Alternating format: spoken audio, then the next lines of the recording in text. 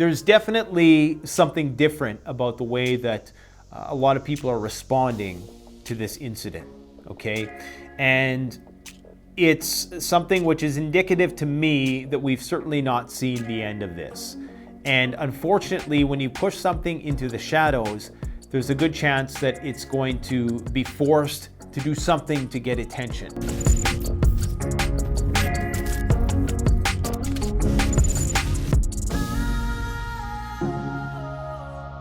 Canadian Prepper here. So I recently did a poll asking people what would they like me to talk about next, and of course you selected the option that would have me shoot myself in the foot, so let's do it. Where do we start here? The purpose of this channel is to help you get prepared for crises, whether they're local, regional, or global, or national. And part of that is threat assessment, and in order to do threat assessment, you have to look at current events. And anytime you talk about current events, you're going to rub somebody the wrong way, unfortunately. And because I try to appeal to a universal audience, and I don't have a political slant on my channel, I always get into trouble when I make these types of videos, because whenever you look at current events, you're going to piss somebody off. It's just the way it is. And I should add that that is part of the problem. That is why we're in this predicament in the first place, okay? We are in this predicament because everybody is so easily triggered, and you can't just have a disagreement with people anymore and agree to disagree. That's the whole beauty of living in a free society. What was that rant that Michael Douglas went on in the movie Falling Down, where he's talking to the fascist guy in that army surplus shop, and he's telling him, like, this is the United States of America. We have the freedom of speech, okay? We have the right to disagree with one another in a civil manner without it necessarily escalating to all-out conflict. But I think that in the past generation or so, we've grown to be very entitled. We want everything for ourselves. We want it, and we want it now. And that includes being right all the time. We can't tolerate it if somebody has a even slightly different opinion than us. And that is why we're in this polarized predicament we are in today. In addition to that, we're in this predicament because, as Elon Musk recently made a public statement, and I commend him for it, where he basically called out the social media platforms for their algorithms, which have the effect of dividing people. If you don't know, the algorithms that you're using on these social media platforms, they have filter bubbles, okay? And they take you down rabbit holes. The algorithm tries to serve you with things that are going to interest you, and typically those things happen to be things you already agree with and already like. And as such, you become more and more entrenched in your ideas because it leads to longer engagement, longer using time on the platform, which leads to more advertising revenue on all these platforms, okay?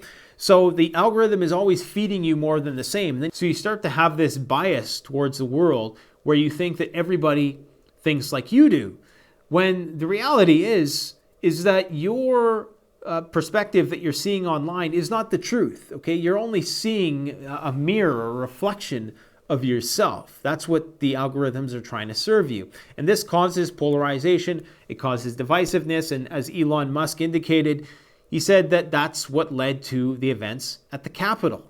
So I have to agree with that, and that is talked about in a documentary called The Social Dilemma. If you haven't seen it yet, I would strongly encourage you to. Now, in terms of a lot of the censorship and stuff that's going on, I'm not going to comment too deeply on that, but I will briefly reference Edward Snowden, something that he had indicated that he felt that the censorship that is happening right now is a bad precedent, and that it's perhaps a harbinger for worse things to come, just to kind of paraphrase, summarize his statement, that, you know, it's a slippery slope in doing that sort of thing. And I would have to agree. I don't think that kicking anybody off a platform is necessarily a good thing.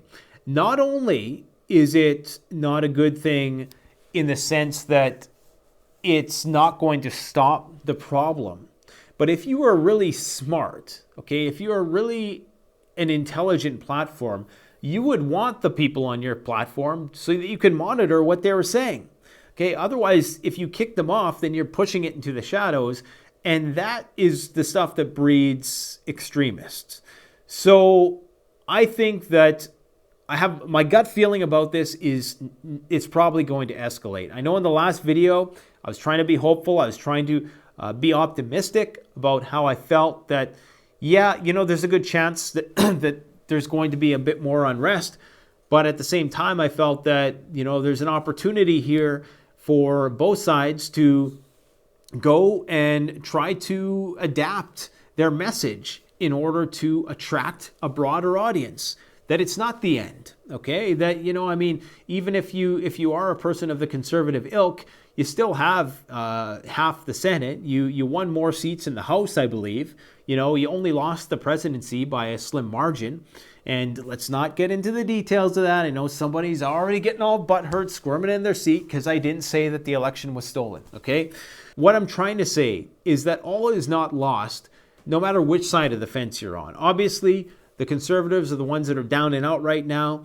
As a moderate, what I would probably encourage you to do if you are trying to get more mass appeal to your platform is go back to the drawing board and try to find a way to do that in a way which gains you more universal appeal, because that's really what it comes down to. I'm going to leave the tinfoil hat in the garbage can, and I'm going to hope that this is all motivated by the profit motive, that these social media platforms are kicking these people off of the platform because they worry that their advertisers are going to withdraw and that they're going to lose money. So what is the solution then? Well, I guess it's that you have to be ad friendly, and unfortunately, that's the world we live in. At some point in time, these networks might be decentralized, okay? Maybe Bitcoin in all its absurdity, in all its skyrocketing absurdity, is going to chart a pathway into blockchain, which is going to open all sorts of blockchain doors into social media, okay? In a decentralized platform where you just can't be kicked off just because somebody didn't like what you had to say.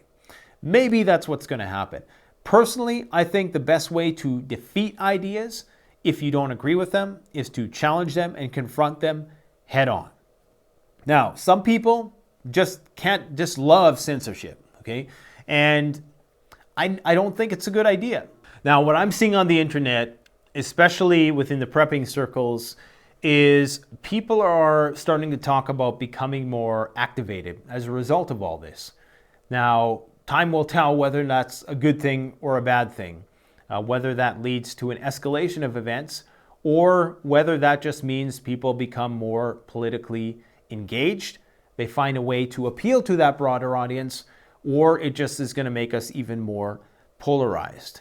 As much as I'd like to be an optimist, and I know I was optimistic on the day of this event when I released my last video, I'm starting to think that there's definitely something different about the way that a lot of people are responding to this incident, okay? And it's something which is indicative to me that we've certainly not seen the end of this. And unfortunately, when you push something into the shadows, there's a good chance that it's going to be forced to do something to get attention. And what I worry about is what I said in the last video, is that this is going to lead to more extreme incidents, because that's what happens. That's what tends to happen. And of course, that is not going to help out the cause of the people who are perpetrating it. Just like the same way storming the Capitol worked against, the whole senators who wanted to block the electoral college votes. They withdrew that because of what had happened. And then you had 12 hours of people just talking about how bad it was, and then that was it. Okay, I think that was Trump's last chance. That was his last stand. And it was blown because people did what they did. And it was probably, anyways, let's not get into the likelihood that it would have succeeded anyways, but I think you get my point here. Now, as preppers, my goal would be, if I lived in the United States, which I don't, would be to try to be gray man about this problem, but some people are going to disagree with that. People who have passionate political ideas are going to say that no, you should go and participate in some kind of activism. And I guess that's your right to do that. Now, I heard something on the CBC radio today that kind of concerned me a little bit. And there was this woman on there who was, I can't remember, she was like a professor or something like that, who was doing some research on right-wing groups. And she had come to the conclusion, or at least this is what she said, that the people who are preparing for civil war are also self-identifying as preppers. Okay, so she conflated those two things. People preparing for civil war, ready to take up arms, are preppers. And so for me, that sets us back really far, at least in Canada, for people who heard that, because now she's reattached that stigma. Okay, like I said, we're trying to be apolitical here. We're trying to bring this to as many people as possible.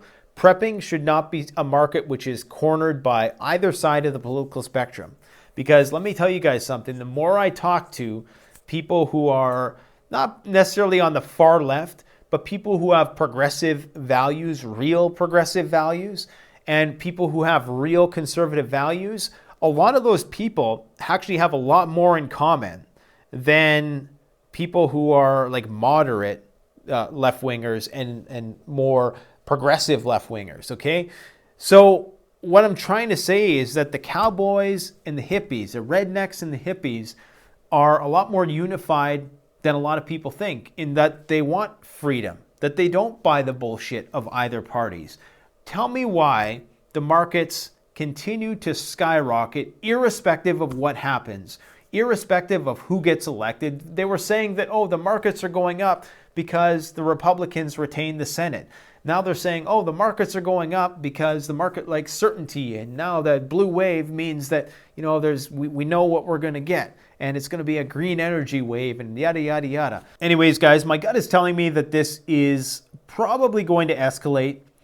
I still think it's going to be relatively benign. I don't think that, at least not in the immediate future, it is going to escalate into a wide-scale conflict.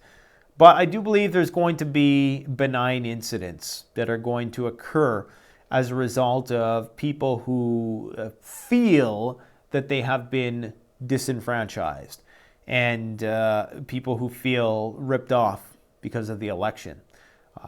Unfortunately, there's a lot of people who are not going to be able to accept the reality of the next 4 years, which are going to be interesting. Okay, let's be real. Like, I mean, I don't think Biden, is the guy still alive? Like, I haven't heard from him lately. I think he made a statement today. But let's see how it all plays out. It's going to be an interesting year. Regardless, if you can keep your wits about you, avoid the mob. Nothing good comes out of a mob.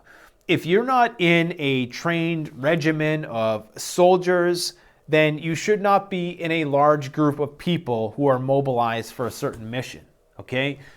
You should stay out of mobs because it always ends bad. I'm not talking about peaceful protests. Look, the majority of those people on the Capitol, just like the majority of people in the protests last year, were peaceful. They weren't there to cause a ruckus. It was those who were on the front line, those troublemakers who ruined it for everybody, just like it always does.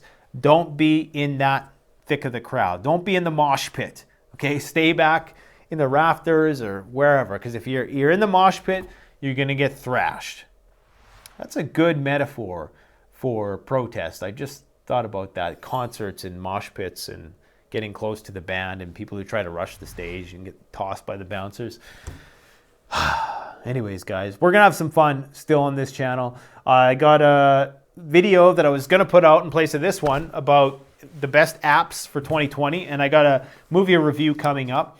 So stay tuned for that, guys, but please stay safe. Please try to give me some leniency when I make these videos, because I can't please everybody, okay? That's what you need to understand.